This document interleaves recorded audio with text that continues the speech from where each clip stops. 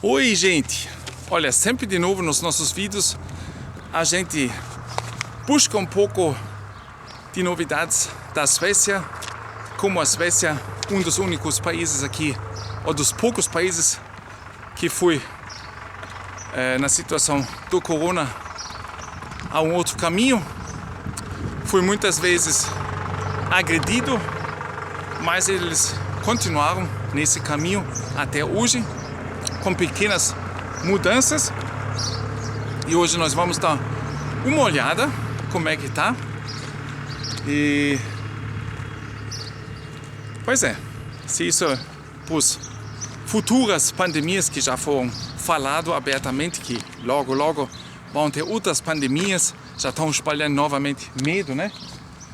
E se esse jeito como a Suécia reagiu é uma esperança para todos nós, ou é como é que a gente diz? Um desapontamento, né?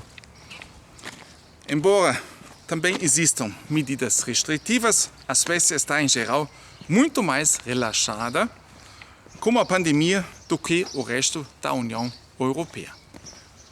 Isso vocês que acompanham o canal sabem disso, né? Já falei em vários vídeos. O país, sim, cometeu erros, mas no final o caminho especial também parece ser capaz de levar ao objetivo. Como a Suécia lidou com a pandemia de corona e ainda está lidando com ela, é um grande irritante. Um grupo demoniza o país, outro grupo o vê como um exemplo brilhante. Isso não é racional. Vale a pena fazer um balanço sobriamente e aprender como isso para futuras pandemias pode ou não ajudar. Antes de mais nada, é importante estabelecer quais são as prioridades estabelecidas na luta contra uma pandemia.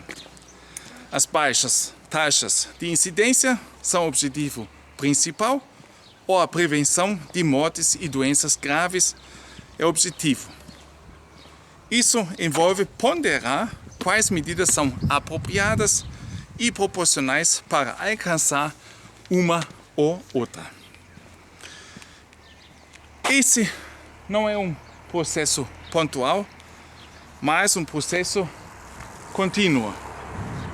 Não apenas porque as condições e o estado da ciência estão em constante mudança.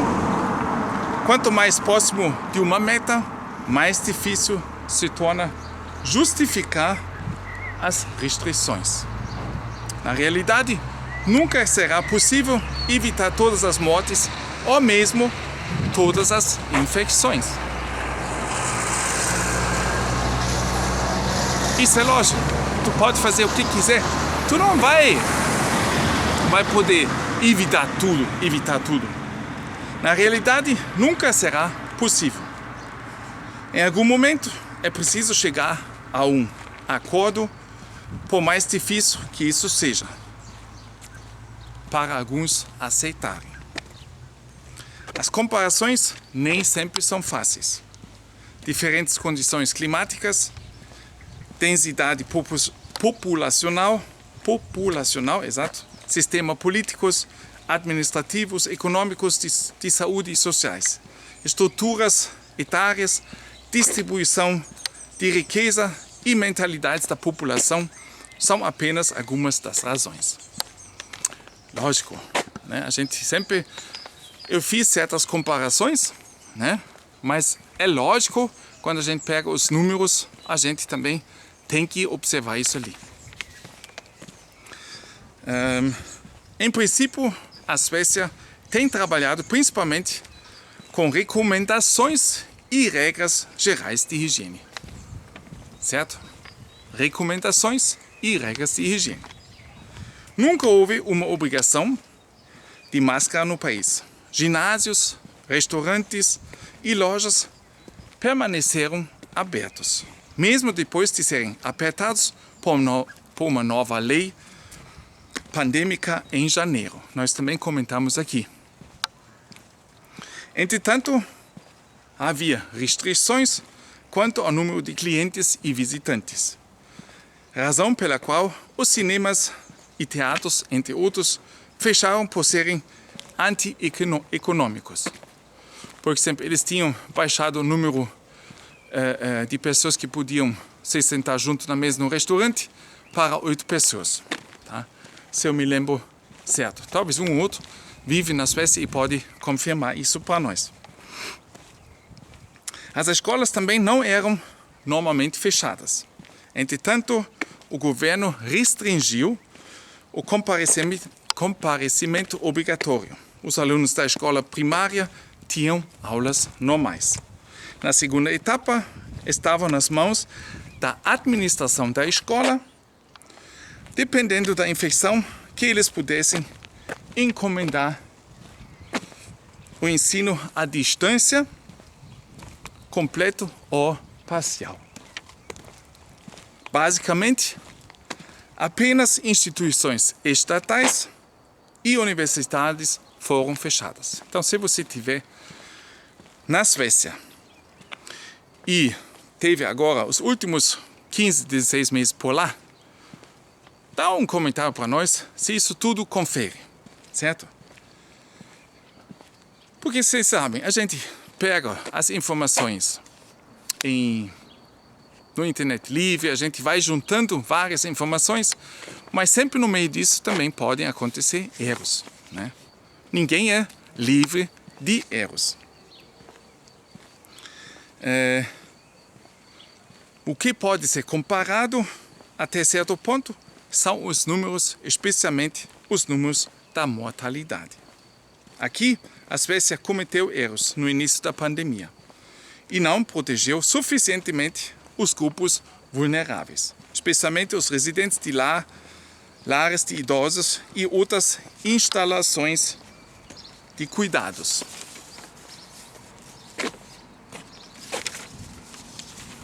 O triste resultado foi a alta taxa de mortalidade na primavera de 2020.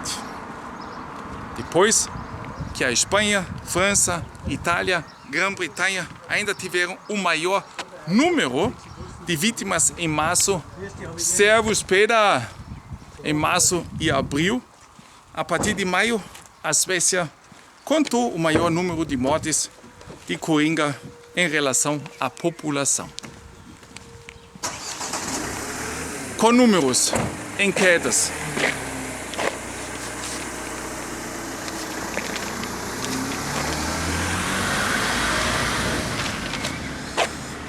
Com números em queda significativa, a Suécia manteve uma posição de liderança no verão. Desde então, sua taxa de mortalidade tem sido mais ou menos nos níveis alemães. Isso também foi verdade na segunda e terceira onda, onde por vezes estavam entre as mais altas do mundo, o que também não é crédito para a Alemanha, porque nós fomos a um caminho bem diferente, né? Atualmente, ambos os países têm taxas muito baixas, de cerca de 9 falecidos por 1 milhão de habitantes por semana. Isso está de acordo com a média da União Europeia. Sobre toda a pandemia, a Suécia tem uma taxa de mortalidade muito mais elevada, de cerca de 1.440 falecidos por 1 milhão de habitantes, do que a Alemanha, com cerca de 1.070. No entanto, muitos outros países da União Europeia têm taxas de mortalidade muito mais catastróficas. A taxa tcheca, por exemplo, é 2 vezes mais alta do que a taxa sueca. Em termos de novas infecções, a Suécia tem altamente uma das maiores incidências. Oi, ihr Genießer! Ja, mach ich! Que bom, né? Encontrar pessoas. Dá um ânimo, né? Quando a gente vê pessoas felizes, contentes, sabe? Abanando e sem máscara, ter um sorriso no rosto. Que nem o Caio também, aqui sem máscara e com um sorriso. Baita de um sorriso, né? Pois é. Deixa me concentrar novamente. Em termos de novas infecções, a Suécia tem atualmente uma das maiores incidências europeias, com cerca de 75 casos semanais por 100 mil habitantes. Tá? Entretanto, o número de infecções também está diminuindo significativamente, com cerca de 1/3 a menos de casos desde meados de abril. Antes disso, os altos números de casos também empurraram as unidades de terapia intensiva na Suécia para seu limite de capacidade. Segundo o Swedish Intensive Care Register, sua carga foi muito alta no início de janeiro, com cerca de 350 pacientes de Covid e em abril com cerca de 400 pacientes. Mas não atingiu novamente os máximos de quase 550 casos de terapia intensiva em abril de 2020. Então vocês podem ver que já deu muita diferença, né? Enquanto isso, as UTIs suecas estão admitindo menos de 10 novos pacientes Covid por dia, a toda a Suécia, né? Em comparação com mais de 40 por dia em abril, certo? Quer dizer, é 1/4 agora. Né? E agora nós vamos dar um pulo na economia.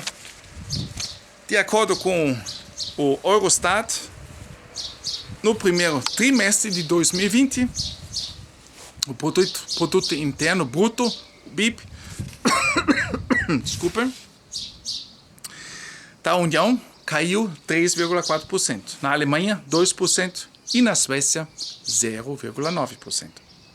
No terceiro trimestre, o BIP em toda a União Europeia aumentou 11,7%. Na Alemanha foi de 8,7%, na Suécia de apenas 7,4%. A França registrou um aumento particularmente forte de 18,5%. No primeiro trimestre de 2021, o BIP da União Europeia caiu 0,1%, dos quais a Alemanha representou uma grande parte, com uma queda de 1,8%. O BIP da Suécia, por outro lado, aumentou ligeiramente 0,8%. Então, os dados da Suécia, ainda rapidinho para vocês, a incidência hoje é de 132,9, falecidos até hoje 14.562, lembrando que os falecidos são contados desde o início da pandemia, que são agora 16 meses. Né? Porque quando a gente normalmente vê uma estatística é de 2020 ou de 2021, 12 meses, né, gente? Não esquecem disso. A letalidade, comparando com a União Europeia, é uma das mais baixas, 1,35%. Até hoje, a primeira vacina foi tomada por quase 4 milhões de habitantes, 39,30%, e o total foram vacinados 18,51%. Cada quinto quase, né? É isso aí, gente. Um grande abraço. Até no próximo vídeo. Valeu!